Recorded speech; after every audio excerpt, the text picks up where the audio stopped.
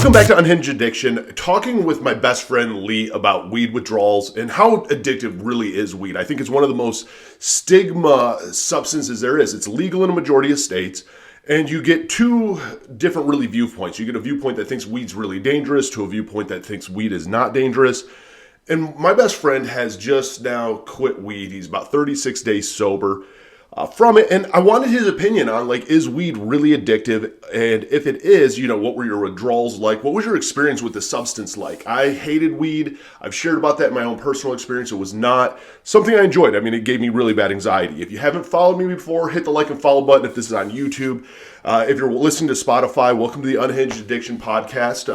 I am your host, Eric Zink. I go by the Mr. Impulsive on TikTok and on Instagram. If you follow me on Facebook, it's Eric Zink. If you follow me on YouTube, it is Eric B. Zink. So I want to get right into this with Lee and the reality of weed and weed addiction. No, but that's the hardest thing is, like, everybody gets nervous because you're like, what am I supposed to say? What am I supposed to do?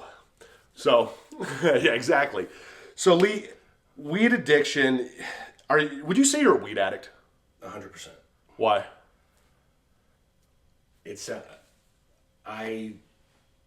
I needed it for a long time, and I've only now at 38 realized that I need to stop it, and it took a lot of, not just the want, but a lot of action put in place to stop it, and it was not easy, and it's still weird. Like right now today when I got here, just hanging out talking to you, 30 minutes in I randomly was like, you know, it'd be nice to hit a pen right now or something, just to chill, and I could enjoy this even more. Like, and I'm having a good time anyway. Like, but I could enjoy this even more. No. I think everyone always is like, oh, weed's not that addictive, and it doesn't have withdrawals. Like, I can quit anytime. When did you realize that it wasn't what you thought it was? Because I'm sure you were a lot like me, and you're like, dude, I can quit anytime I want. And yep, it was. You know, I've probably, before this time right here, I've probably quit for a combined, I'm 38, probably started smoking every day from 16 and on, so 22 years. I've probably not smoked marijuana a combined 60 days out of that 22 years, which is not a lot at all. Dude, how much were you smoking a day? I would probably smoke about an ounce I'd smoke about 2 ounces a month of flower, probably 1,000 milligrams a month of edibles, and probably about 8 grams of concentrating pens. My son's mom used to call it mortgage wanna, because I would spend about $1,000 to $1,200 a month on weed. And you could function on it, dude. That's the only way I functioned. How? Like, was there ever like a period where, like, when you first started using it, did it jack you up where you weren't functioning, and then all of a sudden it like flipped? No, I don't recall that ever being the case. I remember being a teenager. And the first time I ever smoked, I remember we were at a school dance in 7th grade, and my buddy had an older brother, and we were sitting there, and he goes, my brother's gonna get us a sack, and I was like, hell yeah, me and 3 of my buddies, and he asked if we want quality or quantity, and even then I was like, that's so cool. I thought that was so cool, and I was like, quantity. And I remember we got that, and my buddy had been in detention and took pieces of metal off of like some wall where there was computer parts and made a pipe, which was actually pretty, ingenious. And we went and we packed little bowls of this thing and smoked it. I didn't even get high the first 2 or 3 times I used it, but I thought it was cool. And from that point on, I think it was just to the races. And I never recall having anxiety from it, aside from like recently I quit, and I was probably off of it for like 3 weeks, and I went on a vacation, and when I was down there, I was like, you know what, to sleep good, because I'm not at my house, whatever. Right. I convinced myself. I went to the beach all day. I was tired. I was like, man, a joint sounds good. So instead of going to get a joint, I got 6 joints, and I got 2 bags of edibles. And I was at my grandfather's house, my lovely 97-year-old grandfather. And I got home, and we got to the house, and we're hanging out, and I go outside, I smoke a joint. And that's interesting, because that made me, I was like, I shouldn't be high like this. I got a little weirded out, because I've been clean from 3 weeks, which still in your system, but I was mentally clean from it. But I don't think I ever had a bad relationship with it. I think I realized that it makes doing nothing okay, and it makes me be okay with scrolling on my phone, hanging out, watching some TV when I could be doing other more productive things, you know? Right. I don't want to do that anymore.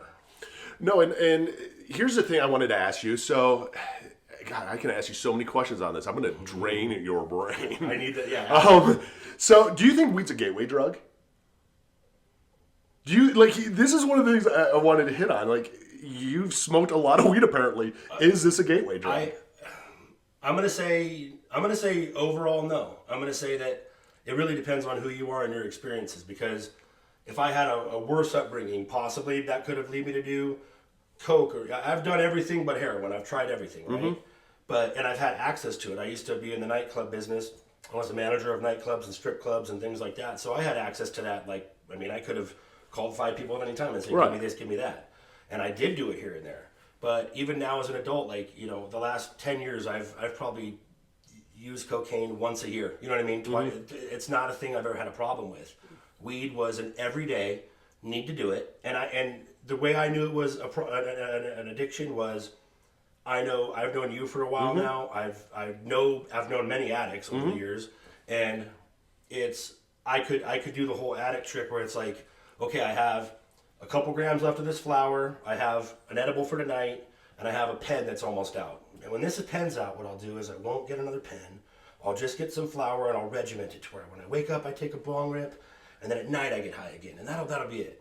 As soon as I'm out of the weed, or whatever I, convince myself of, the next day or that night, I've ran out at 7 p.m. and like, I'll go tomorrow. And no, I get in my truck and I go all the way out to where I have to go to get it. And I'll go re-up exactly what I would want, the full order.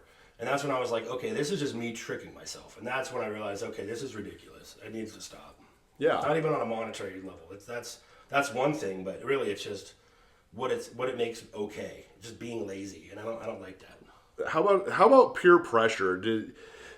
You touched on that even just your first experience alone with weed reminds me of mine. It's like you just kind of want to fit in. It's cool. Yep. Like that's the thing that 100%. You're the same generation as me, dude. We had the DARE program and like I don't know. I thought in elementary. I got my red ribbon. I'll never do drugs. Right. Never. But did you ever like?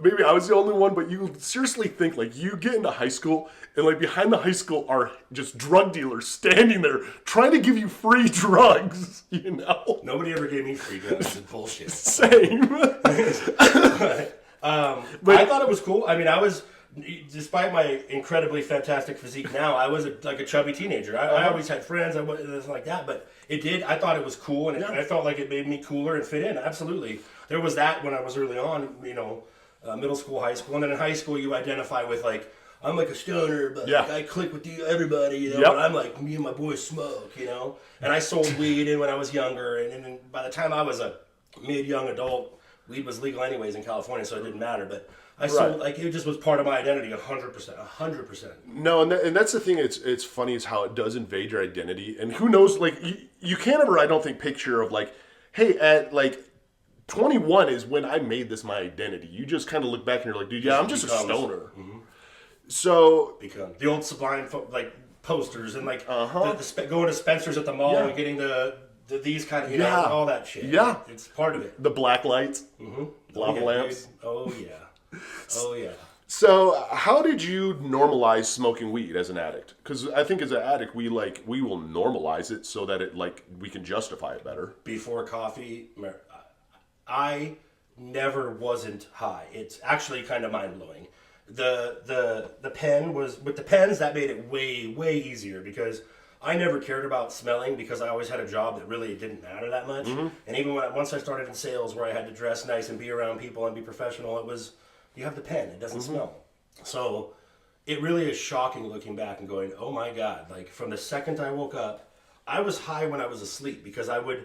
You wake up, like when you stand up, like from here, I'm gonna check. It's a habit. I'm gonna pat my butt to make sure my wallet's there. Keys, phone. That's what I have now. Even right now, saying that right now, the fact that I don't have a pack of cigarettes here and a lighter here is weird to me. I was always phone, lighter, cigarettes, keys, and wallet. So and the pen. Pen would always go on my left as well. I had a whole thing. But like, I would at night. It was by my bedside. Right. It was always there, within reach. Where my water was at night was next to my pen. I've spilt water, laying it on my fucking pen, and my water falls over. Okay, it's right there. So it became it was all day. I didn't even think of it. I could be talking to you right now. I'd take 3 hits off the pen, and I wouldn't even think about it or really change in any way. You would never know. You would never know. Like you've never seen me until the last month. You've never seen me not high. Right. And I never have you seen me not high. No one has. My girlfriend hasn't seen. My son's mom never saw me not high. And it's not because I'm afraid to not be high. I was always high. Right. Period. It just was what it was. It was part of everyday life. It's crazy. Was it hard to readjust being sober? Yes. And right now my personal thing I'm going through is I'm replacing it a little bit with some alcohol. Like right now I'm having 2-3 beers a night, no matter what. Right. And then 3 of those out of those 7 nights, I'll have a little tequila with it. A couple nips of tequila. And I'm 300 pounds, so a couple nips of tequila is 5 to 6 shots. That'll put down an average, cow elk. You know what I mean? So you supplement it. But I'm cognizant of it, and I'm working on that. But for me, the biggest one too was cigarettes, and the real mind fuck there was what really tripped me out recently is I quit cigarettes. I told you. The cigarettes were about 80, 90, probably about 3 months ago now. So cigarettes led into the weed, and I was like, I gotta stop this. When I quit the weed, I was like, oh my God, from 16 on, out of those 60, this is a trip. Out of those 60 days I told you, combined over the years, for the first time in my life was a month ago when I quit weed, that I didn't inhale something in a day. Every time I stopped weed, I had cigarettes. I really never, if I stopped cigarettes, I still had weed. There was never nothing. So it's weird to me to not inhale something. It still trips me out today. Sitting there again, like the weed thing, I was like, man, a cigarette sounds good too. I thought the same thing earlier. Why? It's just still in me like muscle memory almost. Well, it's muscle memory, and the one thing, did you know nicotine's actually one of the hardest drugs to quit? Because that's microdosing dopamine. Like you get a hit essentially every time you smoke. And even with me, I've been smoke-free since May of 2021 is when I quit smoking. And then I got nicotine-free February of 2024. Yeah, because you were on the pouches. For a while. Yeah. And I miss, I can feel it in my lungs. It's like these phantom, I need breath that is heavier. It's heavier. You feel it in your chest. And you're just and it's this weird, it relaxes me and it calms me down. And it's almost like you feel so much more tension when you're not doing it. With the cigarettes, I was so gross with it because I have my own business and it's mobile and I'm usually outside, and so smelling like cigarettes wasn't a huge deal, dude. I was so bad on cigarettes. I got up to probably on bad days 2 packs a day, and it was literally So my partner lives far away. I live in town. We work mainly in town. If he's 40 minutes out and I'm already leaving the house because I don't want to sit at the house on board, whatever, I'll be in my truck. I'd pull up down the road from the first job. I'm not kidding you. There was time, I was at a park, and it was one of these days I was just like, this is disgusting. I was at a park. I had to get out to get a part or something to check if I had a part in my back seat. And I had been there for maybe 30 minutes. And I was getting ready to leave, so I went to go check that part. And when I got out, I was like, there's 7 cigarette butts right there. I would catch myself in the middle of the day on a 15-minute route to another job. I'd have a cigarette. I'd be sitting there. I'd be on the wheel. I'm driving, half left. And I go, man, I want another cigarette. What the fuck? That's beyond, dopamine. That's what are you even doing at that point? That's just a weird, I don't even know what that is. That's probably some shit I need to go talk to someone for. But I don't know, man. That's nuts to me. Well, that was me. I would be thinking of the next cigarette as soon as before the first one was out. Dude, and I would smoke 2 or 3 back to back to back to back. And that's just it's weird when you think of the addiction side, because at the time it's like this is just normal. Everyone's this way, and if you hang out with other smokers all of a sudden, and it's like you attract those people. I think when I met you, we had a smoking thing out front, and we lit that thing on fire 3 times on accident. Oh yeah, but it was always smoking, That's great, dude. We go out there with Cups of water. Oh shit! Oh no, put it out. So when it came to weed, what finally was like that straw where you're like, dude, I'm gonna actually quit this, because you've quit it a few times, right? Or at least tried to. One time, 2 times for a job to get clean, and I did the whole. And the last time I did it was actually in sales. I had moved to another position and they drug tested, and I quit for 30 days. All the other times before were a week, 2 weeks, 3 weeks, whatever. So. But that 30 days, I still wasn't even clean. Right. I still was peeing dirty. And I was like, what the hell? I ended up using fake pee. I'm like, I did that for nothing. Right. It was annoying. But I think it was, realizing that I want to do more professionally in that realm and even be a better dad and leave a better example. And that was a big one, is being a better example for my son, doing more professionally, and I'm never going to untap that while I'm just being okay making money doing what I'm doing and smoking. And it's not even so much the money aspect. The money aspect is great. Not spending $800 to $1,200 a month on weed is awesome. It's awesome. But just growth, and I'm not going to grow doing that. It stunts, in my opinion. It does. So how did weed hold you back then in life? Like, I mean, you talk about the stunning, and I think like all addictions do, but like for you, what was something had to happen where you're like, maybe this is holding me back? Or it's hard to pinpoint one thing, really. It's been a long time coming. I've thought about it for probably the last 2 or 3 years, going, I need to stop this. But I really recently was like, I have friends like you or people that do cool things that help people and they like doing it. And what I do now, I'm in love with it. I'm very thankful for it. It's a great job. It's a great business. But I want to do something that I can do that helps people and it allows me to be creative. And you'd think smoking to make you more creative, but no, it doesn't. Like phone games, okay? This is the addict in me. This is a crazy one. So like 4 or 5 months ago, whatever, I don't know, within 6 months, I found this stupid phone game, and it's one of those ones, it's free, you see the ads on the things, and you run the guys down the thing, and you go through the plus 10 or 2x, it's stupid, right? And it's free. Yeah. You do that, well, then you get a base, and you can upgrade your base, and you can do this, and then you can have an armory, and then you have bigger armies, and then armies have bigger hats, and they're stronger, right? $2,400 later in a month, I was on the #1 alliance, Go Juggernauts, and I saw dude, it gets worse. It gets worse.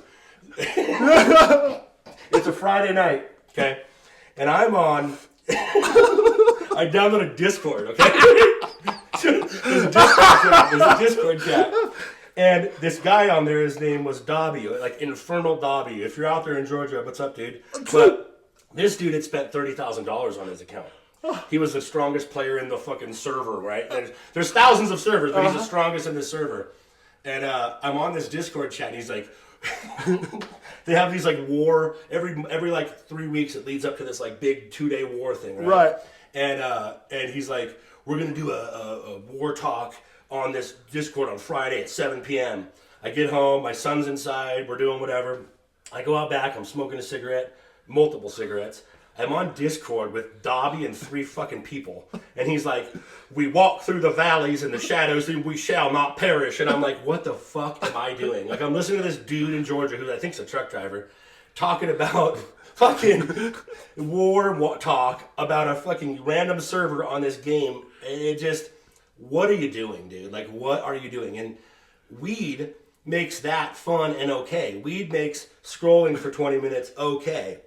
I found that, like, now I don't have any desire to go sit there and scroll on a game for an hour and I don't have the desire for that. It's weird how your mind changes. You're more, like, in the moment, if that makes sense. No, it does, dude. But God, it was ridiculous. So, I told my girl about that. She was like, what? Wait, what?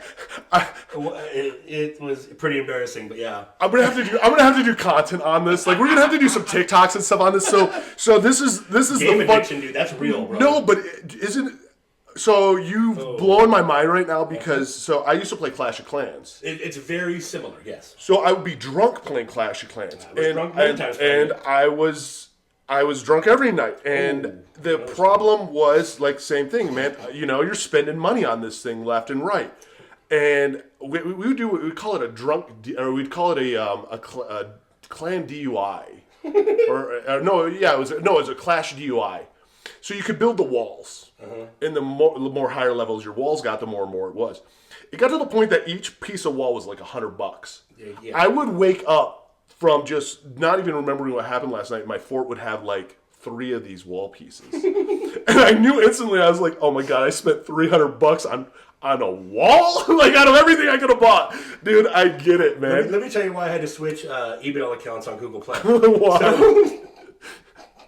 So, before that game, I was on a different game called Whiteout Survival. I probably shouldn't say that, but anyways, I was on that game, spent a little money, probably $700, and decided, fuck this game. And I disputed those charges. Dude, this is the real reality of it, though. I get like $500 back of it, and I'm stoked. And they're like, you can never buy on Google. Like, fuck you, you're never buying on Google Play. Like, you're asked out until you give us money back, right? So I was like, oh, I didn't play whatever for like 3 weeks. Whatever I was missing in my life, I downloaded that other game, right? And I found out through chats, I was like, God, I can't spend any money on this. I want to do it.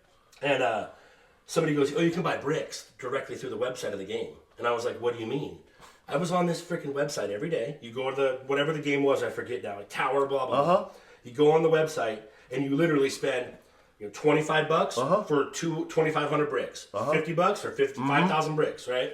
And it's direct transferable money. No charge. And they even give you 10% extra. Oh, yeah, of course. So I would spend about $50 to $75, $100 a day on that stupid website, and yeah, it was a real problem. And that's the thing I don't think that people like get is like, as an addict, and I think it's like weed is one of those addictions, just like with alcohol and stuff. You're home. You know, you're not. This is the thing I always. And it's not necessarily frowned. I mean, it's frowned upon. It's accepted. Like, it's weed. It's not like you're doing heroin or meth or coke. You know. No, exactly. Same with alcohol. Like that's where I do balance out weed and alcohol very similar. Both are legal in a lot of states. Both are very addictive, even though people want to say they're not. And they're even with weed itself. Like once you got high, did you ever like just, hey, I'm going to go in the car and go for a drive or anything like that? And then not unless I was already going to drive. Yeah. And even then, I never drove sober in however many years. Right. I was always high. Yeah. Period. So I mean, getting high wasn't an event at all. It wasn't. I No, wasn't it's using. normal. I was just existing. Yeah. It's it was like maintenance in my life. And so, you get into these games because you're not doing anything. It's kind of lonely. Like, when you really look back at it. It's sad, really, yeah. Didn't it? It turned out, it's so funny because it turned out a social, around friends, everything, to all of a sudden you're by yourself. I knew things going on with people in that game. Yeah. In our clan chat. Like, oh, so-and-so, one girl's dad was dying, and it's like, that was a thing that was a common, how's your dad, whatever her name was, Lux, John, whatever the hell, like, weird shit like that. Like, it becomes a social thing. It's very weird.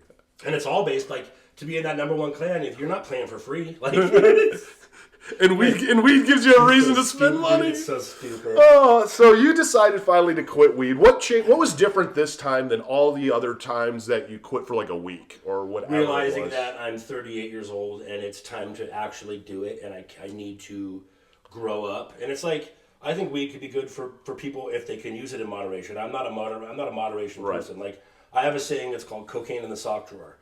I've told you, I've never had a cocaine problem, right? But if I had cocaine in my sock drawer at home right now, and I had something very important to do tomorrow morning, I'm still going to go home and do that cocaine tonight. That is me. That's my brain. So I will not have cocaine in my sock drawer. That's my whole motto with that. Is like, I know I have whatever's in my brain or whatever. I'm wired to be like, if I have this, I'm going to do it. Like, I'm not going to do some. Like, I can't. I wish I could be someone who once a week goes, man, it's Friday night. I'm going to smoke some of this joint and relax and watch a movie and laugh my butt off. Like, I wish I could do that. Not possible. Not possible. So I realized I have to stop. Like, it's more my son holding me accountable, and I know you're not supposed to quit for people. Like, I want to quit. He's a leader in my thought process on that, like wanting to be a better dad, but also like I have to grow up. I really do. Like, I have to be okay with just being okay and just existing. And that also means I have no qualms about it. I have to stop with the alcohol, or at least slow it down to where it's even one night a week, whatever. But I have to work on that too. I'm cognizant of that, but it's hard. It for sure is hard. Just being sober. What makes it so hard? I'm curious. So, because here's the part that always blows my mind. Like, I remember, but I don't remember if this makes sense. So, I got sober 7/25/17. And my sobriety story is very different than others because, like, my sobriety, my dad killed himself 3 weeks into my sobriety. So, like that kind of taken over my brain more than, like, the sober side. In a weird way, that probably did that. Do you think that kind of helped you? Oh, okay. It obviously made it harder, but it also took your mind off of you and being sober right there in the moment. I don't know. No, it made me it made me obsessed with my sobriety is what it kind of did. Like I was trying to like identify with things, so it was like, hey, my dad never really saw me sober. I'm 3 weeks sober. Like I can't fail this. And in memory of him, I'm gonna fucking and it was kind of like I was latching on to anything I could to like keep me mentally here. And that's what I latched onto. And so when it came to like you and getting like, what's your fear of sobriety, man? What was your fear of quitting weed, and even still your fear of quitting alcohol? That's what's bad. I have no fear of it, but I don't know how to do it yet. It's weird. I don't have no fear. I want to not. I wish I could just exist and go to the gym every day, and just have a routine and get into some hobbies and be a normal human. Mm-hmm. I do work for people that are doctors, and I'm like, this dude works 60 hours a week, makes great money, and rides his fucking bike in dorky shorts, and like seems to enjoy what he does all the time. Like I don't have healthy habits like that. I'm working on that. Mm-hmm. But like I don't have a fear of being sober. I just don't know how to do it. Yeah. I don't know how to do it. Like you should download Sunflower Sober. It's an app. Do you know any? Maybe talk to someone about it. Maybe you can. Okay. Huh. Yeah. Huh. I mean, I wish. Yeah, it's hard. It's like I want to just not need that. And I think we talked briefly earlier. It's like the addict thing of like I could be at work all day going, well, I'm just not going to drink tonight. Yeah. I could be out of tequila or I could have nothing in my house alcohol wise. I'm going to get home. I'm going to play with my dog. And I'm just going to muscle memory be like, well, I'm going to go take a shower because I always have to shower after work. That's just a thing I do. Mm-hmm. Got to go shower, put some comfortable clothes on. I'm going to then 100% go to the liquor store, the grocery store, whatever. Even then, I'll go, if I'm out of beer and liquor, I'm going to go get a bottle of tequila. Mm-hmm. I'm going to go at the liquor store. I'm going to go right across the parking lot to my grocery store. I'm going to get limes, and I'm going to get beer. Mm-hmm. I'm going to get a 6-pack, and I'm going to get a little, whatever, 750 of the tequila. Mm-hmm. Even though they sell the bigger one, I'm going to get the 750. I'm going to buy that 750 2 times before I'd even finish that. Like, you know that shit? Because I'm not going to buy a 12-pack, I'm going to buy a 6-pack, but I'm going to buy a 6-pack in 3 days, like, or 2 days, whatever, you know? Like, no, because if you buy more, one, there's, I think, a part of our brain that knows we'll do it all. Mm-hmm. And then there's this other part of my brain, at least this was with me and cocaine. This is why I always bought 8 balls. Mm-hmm. I never bought more than an 8 ball. I would buy 2 8 balls, so I had both 8 balls. But if I bought more, it was like I had to almost admit I'm an addict. Uh-huh. And so if I'm only doing the little bottles and I'm only doing the... That's why I did the shooters, man. Because they're shooters. This isn't... I'm not an alcoholic. It's just a 99 banana. Yeah. What is the big deal? I mean, I had 10 of them, but I mean, whatever, dude. That's just 10 shots, not really... And so, no, I get it. And that's the hardest thing of trying to explain to people. Like, it's like you are possessed in its own way. 100%. It's like... You could think... I literally all day, not even like obsessing about it, but like, no, I'm just not going to drink tonight. I won't drink today. Mm-hmm. I'm going to fucking drink today. Mm-hmm. I'm going to drink today. Mm-hmm. It's insane. It's weird.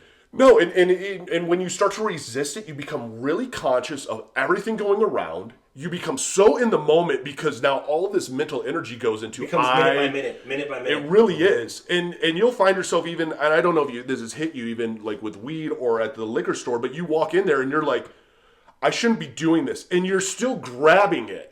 Dude, you just go do it. And then you're like, there's that switch. Screw it, I'll do it tomorrow. Mm-hmm.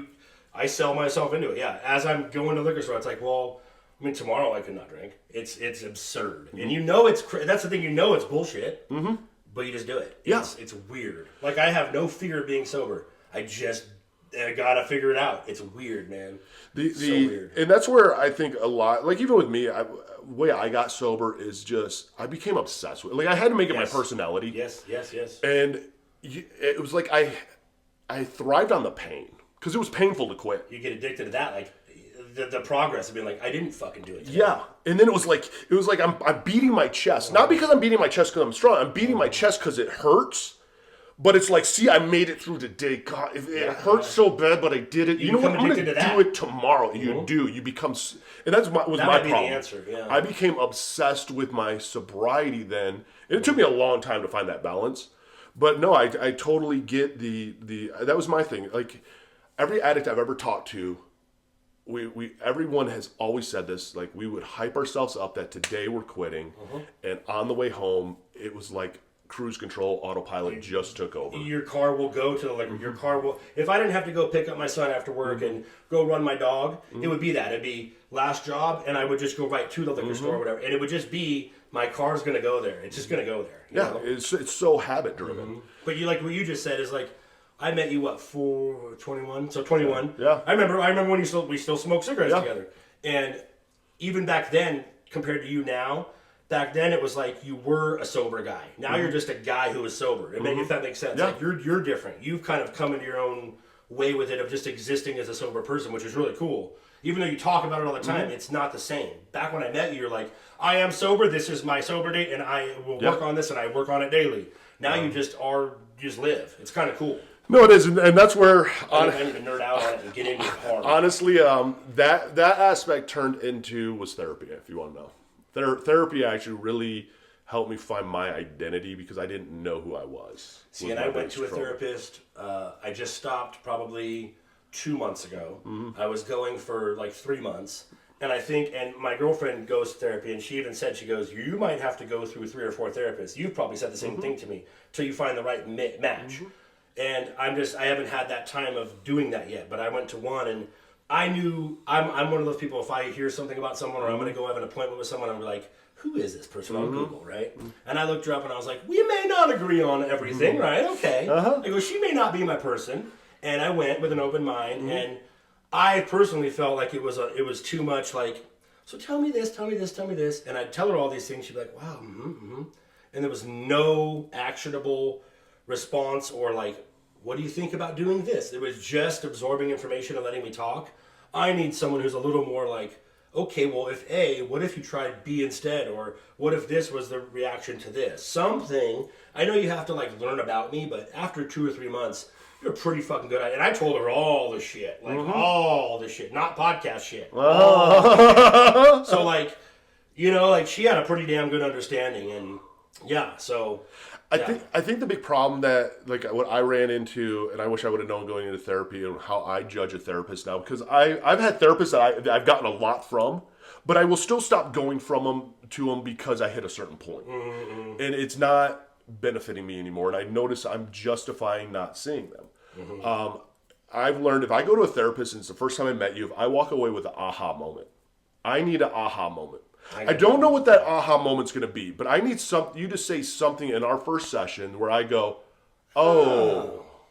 And that shows that I was receptive to you. You were able to open up my mind some. And whether it was anything big or small, whatever, I leave there going, wow, I have something now. I can maybe research myself or whatever myself, and I can start that growth process again. Yeah. So no, that's the big change. But so I think that's important. The therapy is probably pretty important for sure. It is, and it just I've found a lot of where I needed work and healing and what I need to heal, because that was a lot of my addiction. My addiction was running, man. I ran. I feel like I've always said, you and me have always said, well, I think we're very similar in a lot of ways. Like I'm still, I'm in a relationship now, but this relationship, the one prior, are the 2 relationships in my life that I haven't cheated on them. I'm a sex addict. Like that's a full thing in my like. I'm a lot because I choose to consciously be a better person, but oh fuck, there's a lot of things. I mean, there's a lot of things I need to work on. I'm sure there's a lot of shit going on there. Well, that was the thing too. Like I finally got to kind of the point where I'm like, okay, I've struggled with sex too and sex addiction, but mine also, like when I really broke it down, what I needed to be loved. I needed validation. I needed I didn't like myself, and I needed others to like overcompensate that. I couldn't emotionally regulate myself. Yeah.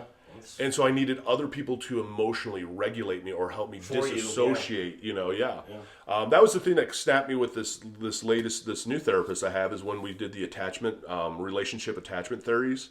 And she was like, dude, you're anxious attachment. We started kind of going through that. I'm like, oh my God, this is my entire life. This is my entire relationships. And I went down this whole rabbit hole with EMDR. But yeah, it's That's insane. the one where they do the brainwave scan stuff, right? No, it's with the eye moments. Oh, yeah, okay. So there's a way that your brain, the easiest way I always tell people what EMDR is because it's really weird. So I don't cry. That's one of my things. Like my I'm dad. a crier now, dude. I can cry easy, dude. I'm So such a crier. The I weird. cried at Wild Robot hard. Did in the movie you? Theater. Oh, dude, I cry. Anything like family, like I want to protect you, robot. And it was like the goose thing, and the robot mom. I was like, I was crying in the theater, dude. I cry easy now. Dude, see, I wish I could. And so I will catch myself on like the weirdest things. I will start sobbing. Yeah. And I'm not talking like boo-hoo.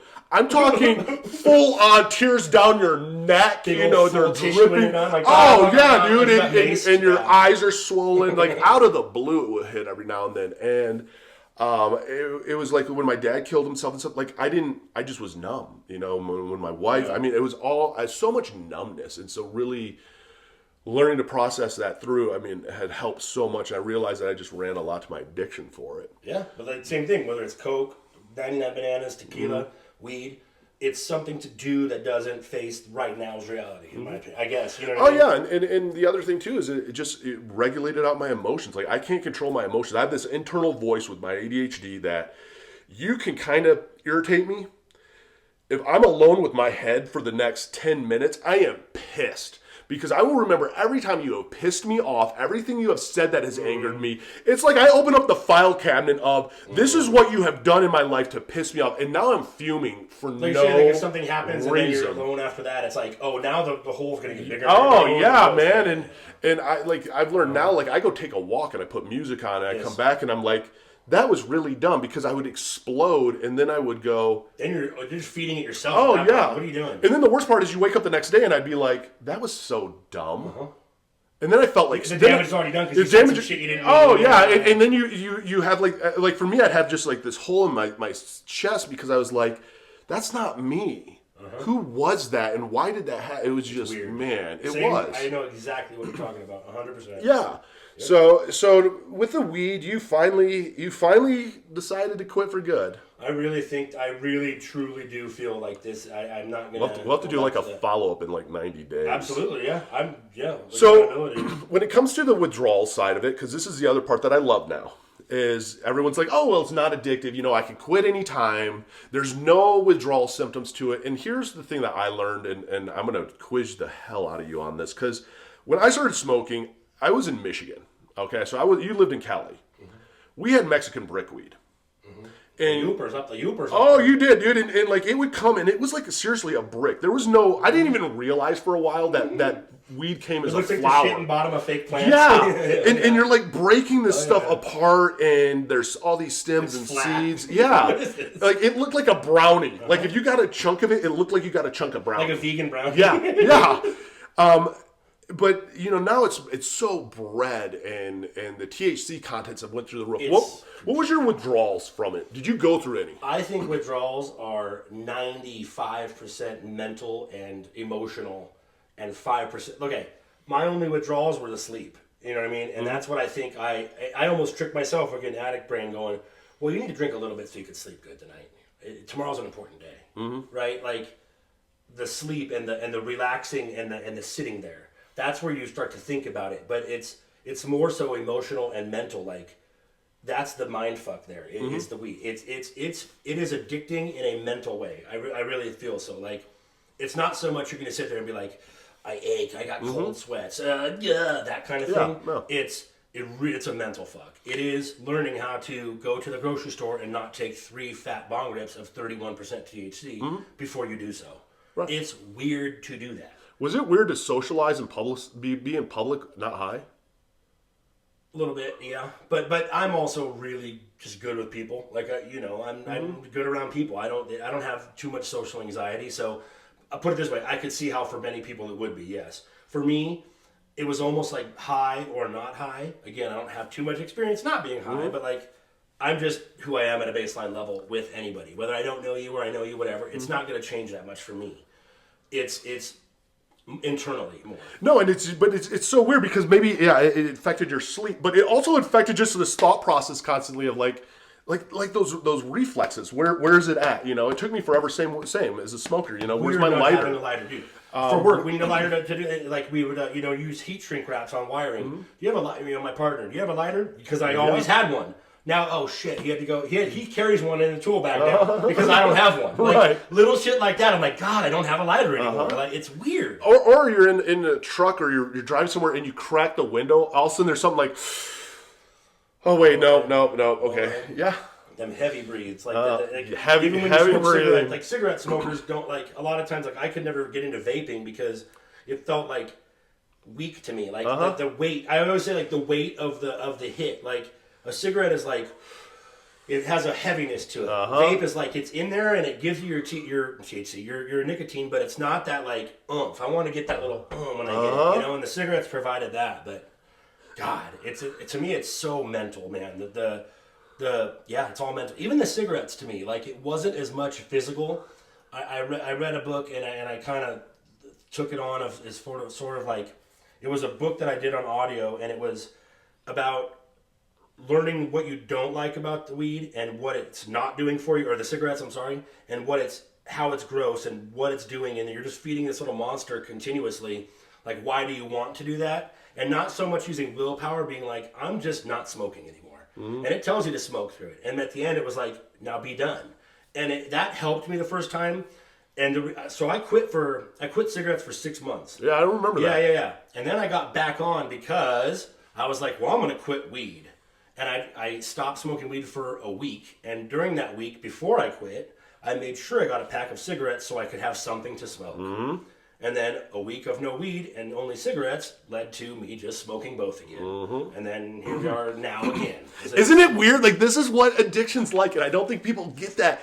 It's like, it's so hard to explain it to people of how it just slowly invades it all back, and we just, and in our head, it made so much sense. And it's not like I wasn't cognizant of what I was doing. It's not like it like crept up on me and like hit me in the back of the head and was like, bitch, you're getting addicted again. Right. It just happened. Like I was aware it was happening. It wasn't like it was tricking me like, oh, look at this fucker, here you go. Like, it just happens, dude. It just slowly it's coming at me. The guy's got a knife. He's going to stab me. Fuck! Like, yeah. It is what it is. You see it coming. It's not like you're confused or... No, and you're fully conscious the entire time. Even when you hit that cigarette and stuff. Probably shouldn't be doing this. You're like, this isn't good, man. I like this feel. And then you're like, my brain always went like this whenever I would try and quit cold turkey. I would smoke that cigarette and be like, God, this has to be my last one.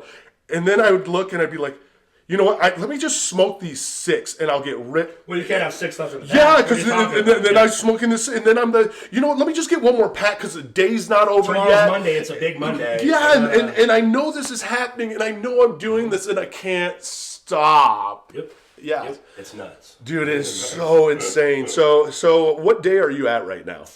Of no weed. No weed would be... Hold on, Terry, now. Let's see. You should be pulling up that sunflower sober. I am September 19th, so... You're over 36 days of no weed? Yeah. Yeah. So a month. Pretty Over a sweet. month. Yeah. That to me, I mean... I don't, going back now, I feel like would be more of a choice to do, like, which, again, as an addict, I think you can always make that stupid choice, but I really, really want to not rely on that or be, and I'm cognizant enough now to know I cannot be someone who just smokes one day a week. I can't. Maybe one day I'll go on a vacation and be able to smoke a little bit like I did out in California. In 5 years from now, probably not. And that's me trying to trick myself already. I was just going to say, dude, I have done that vacation pretty quick here. I got to get a fucking vacation going. Oh my God, dude, that is epic. That is epic addict right there, dude. I have done that. So, dude, maybe I could, and then I'm only going to do the flower though, or like with me, it'd be like, I'm only going to drink beer. And you know, I only have beer that first day I'm out, so it gets out of my system the rest of the time, and I'm still having fun. Yeah, dude, that's how we think though. I know. And that's the part with addiction. I don't think, like, non-addicts don't get that. I gotta get some ugly spandex shorts and a one-piece bodysuit and just get a bike with a pointy helmet and just fucking go. I think, dude. And maybe a doctor or something too. Maybe do those things and just fucking have those healthy habits. Maybe I'll get a brain surgeon and well, because it's also hard because you notice how bored you get all of a sudden. Like maybe you were bored before, but you were high. See, and to be fair, I'm still I'm experiencing this, but I am still using sort of quote unquote. I mean, I'm still using. So I'm in that transition period. But yes, absolutely, it changes your entire day. Dude, we should like vlog you like quitting alcohol. Me taking naked bathtubs, shivering and shit. Yeah, I know. Dude, I'm not at that point yet. Not at that point. One day, no, dude, no, you don't, because that was the worst. That was for me. That's why I always. Well, if I start drinking too much, I can just do cocaine to sober up. Yeah, dude, that's what I always thought. What's the worst that can happen? What's the worst that happens, dude? I mean, and then and if I only do cocaine on Saturdays, it's not even like I'm at work, and and then all of a sudden you have Friday cocaine and Monday cocaine, and dude, it's just insane how addiction just ruins it all. No, I'd be down to follow it, because I know I need to stop these things. Like the alcohol needs to stop for sure. Just if anything. Like, again, I think technically if I drink a little bit every day, I'm technically an alcoholic. I think I fucking am. You're like, yeah, idiot, you are. I get it. But, like, I know I need to stop. If anything, even more so to just be, like, stone sober, like you just said. Like, whoa. That's going to be a real slap. Like, wow. Well, it is, because you know what the hardest thing for me was, and you will probably encounter this. You're 36 right now? 38. 38? I got sober at 36. And I had to find out who I was. Yeah.